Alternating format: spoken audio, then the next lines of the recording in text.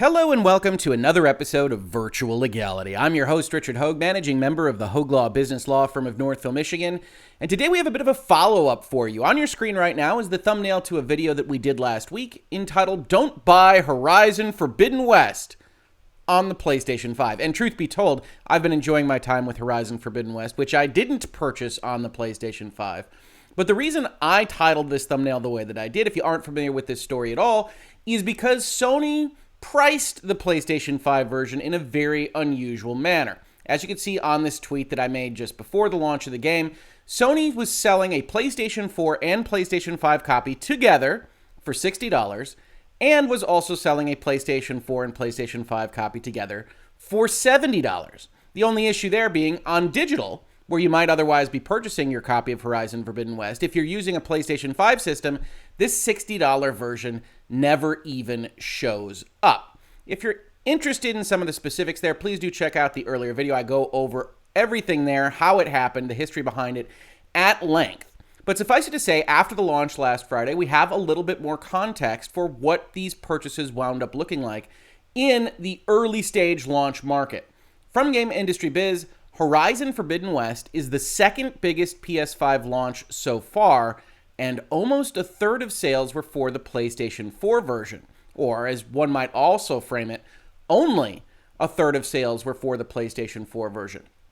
Horizon Forbidden West, says Games Industry Biz, was comfortably the #1 game in the UK boxed charts. So we take a step back. That's an important piece of this puzzle. We're only talking about one jurisdiction, the United Kingdom, and we're only talking about physical sales. And I'll talk about why I think that's important and a big piece of this puzzle as well in just a minute. 68% of the box sales were on PlayStation 5, with the remainder on the older PlayStation. So 7 out of 10 people that go in and buy a boxed copy of Horizon Forbidden West are buying the copy for the PlayStation 5, which is important because PlayStation 5 doesn't have as big of an install base. So these are already motivated buyers that know a little bit of something about the video game industry. They know when the launch is happening for a game like this. And yet, they're still purchasing the PlayStation 5 copy when they could have had the PlayStation 5 experience by purchasing the PlayStation 4 copy. Forbidden West launch sales are down 35% compared with its predecessor, 2017's Horizon Zero Dawn, says Games Industry Biz. However, this data does not factor in digital sales, and the download market has accelerated significantly in the last 5 years, really overtaking the sales of basically all console AAA type games. So when we look at this, we have to take a number of caveats just off the get-go. We've got a 68% number. We've got almost 70%, but it's in one jurisdiction that may or may not share purchasing capabilities across other jurisdictions. We don't know what the United States looks like. We don't get that information as easily as we do for places like the UK box charts. We also don't get any digital information when most purchases now are being made digitally on PlayStation and other consoles. So this is a very specific subset of a group, and yet we're seeing it reported on very specifically across the internet. VGC, 68% of Horizon Forbidden West UK physical buyers paid £70 instead of the cheaper upgrade, even though a U-turn by Sony meant the PS4 version came with a free upgrade to PS5. This essentially means that 68% of players who bought physical versions of the game in the UK spent £10 more than they needed to. And I have a few issues with that particular conception. And again, I'm the guy that came out and said, this is a bad thing that Sony is doing. This was reported on in places like VGC. And yet, when you see that line about whether or not people spent money they didn't have to, when you see BELLULAR News, I apologize for the pronunciation, I never get it right, have a video entitled Got Away With It, where they actually reference me in the video that I did about this particular issue that Sony has. When you have The Gamer come in and say, 2/3 of Horizon Forbidden West players got scammed by Sony in the UK. One, that headline clearly isn't detailing enough of what we're talking about here, that it's only physical, etc., etc.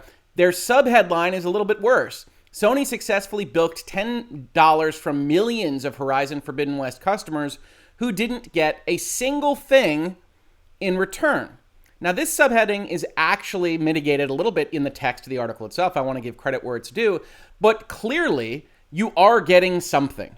And I saw this in a lot of comments. You can disagree with them. I don't really find the value in what they have to say in terms of why they're buying these things, but it is still a reasonable position to have, which is they're buying it for that PlayStation 5 cover. They're buying for it in their collection to say launch edition, PlayStation 5. They're purchasing it because they want the PS5 code on the disc that they have, which, to be honest, I don't think is as useful as some of these people give it credit for due to the nature of patches, due to how these things get updated. The thing on the disc really isn't what you're going to need in the short to long term playing this video game. I saw somebody comment that they bought it on the PlayStation 5 version because they wanted it physically on a disc and they didn't otherwise have enough space on their hard drive. Now, these games get downloaded entirely to your hard drive, so that didn't play out well. I doubt very much from that commenter in the long run, but you are getting something. You're getting a disc, you're getting a box, you're getting an insert sheet. You did get something for it,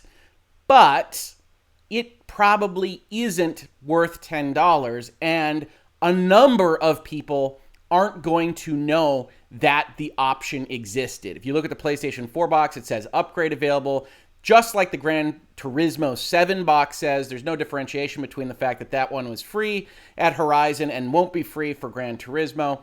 And then you get articles like this. Now, this article does point out that as of launch day, IGN actually went out with effectively the same title that I used for my video. Reminder, don't buy Horizon Forbidden West on PlayStation 5. Get it on PlayStation 4 instead. So, as I mentioned in my video, the most important thing to me was getting the message out, and I definitely appreciate that a number of outlets went out with this even more, and I can't help but notice that the ad that popped up when we pulled up this screen is for Horizon Forbidden West, so there's a nice dose of irony there. But ultimately, when we look at these figures, we're going to have to wait on digital.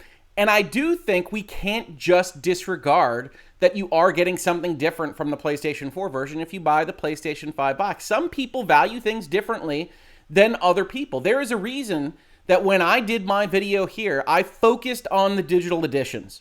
Because if you want a digital copy of the PlayStation 5 version, there is utterly no reason for you to not buy the PlayStation 4 version, either physically or digitally, to your heart's content. But if you want a digital copy of the PlayStation 5 version, then it doesn't make any sense for you to buy anything but the PlayStation 4 version. And that's what I found to be such an affront to the fact that they didn't even make that version available to you through your PlayStation 5. That this really was when I decided to make this video, because that was where I felt that the rubber hit the road. But when you take it into the physical realm, as much as you or I or the next guy might think that $10 doesn't make sense here, it could. Conceivably, there's a confounding factor here, which means you can't just claim all these people were scammed. Yes, I think a material percentage of them probably weren't aware of the options that they had in front of them. But you can't just say what these various places are saying here. Now, this article goes on. It says, explaining the issue, Sony is selling a more expensive version of the game that provides no additional benefit to customers while obscuring the cheaper version and making digital customers jump through hoops to get it. Entirely agreed.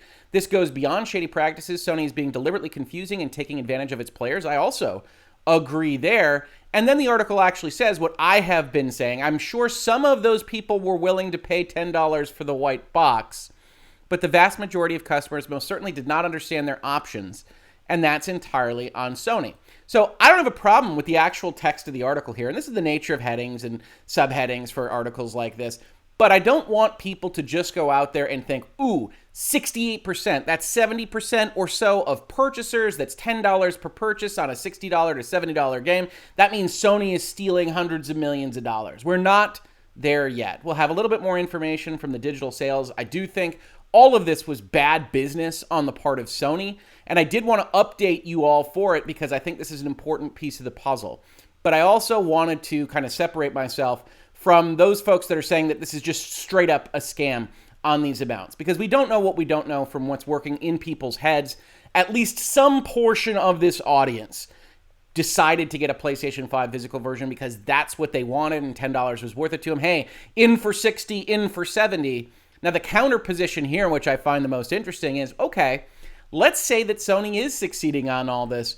Why not offer the PlayStation 4 version for $60 and a free upgrade all the time? Apparently, Sony's already getting the money that it should get, and perhaps that would be an argument that you could raise with them. Of course, if it normalizes and people realize that this is happening on every game, well, then you would expect those percentages to change. Even with IGN and other articles going out there warning people about this, one has to admit that the way Sony put this out there in the market, it wound up feeling a little sketchy. It wound up feeling like one of those tweets that you saw that has, ooh, it's a pricing mistake at the Walmart or something like that. Okay, I can get the PlayStation 4 version for $10 less, but what's the catch?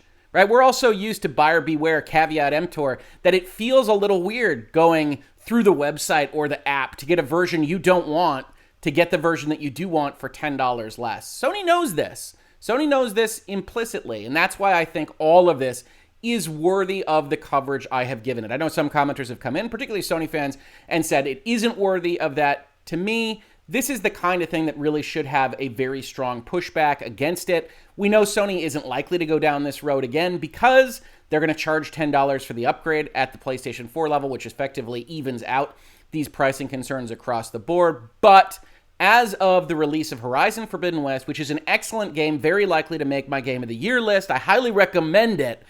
The PSA is still, don't buy it on the PlayStation 5 unless you really love that box or disc. Who am I to change your mind on that? For the rest of us, don't buy it over there. This has been an update, Virtual Legality. If you do enjoy the conversations of business and law that we have in the realm of software, technology, video games, pop culture, and more, please consider supporting us on Patreon. We cannot do it without support from viewers and listeners like you. Otherwise, just subscribing, ringing the bell, upvoting, downvoting, sharing it around the internet helps us drive that subscriber number up, and the higher that subscriber number goes, the more YouTube pays attention to us, the more these videos and this information gets out there to more people. So every little bit helps. If you caught this on YouTube, thank you so much for watching, and if you listen to it as a podcast, thank you so much for listening, and I will catch you on the very next episode of Virtual Legality. Virtual Legality is a YouTube video series with audio podcast versions presented as commentary and for education and entertainment purposes only. It does not constitute legal advice and does not create an attorney-client relationship. If you have legal questions about the topics discussed, please consult your own legal counsel.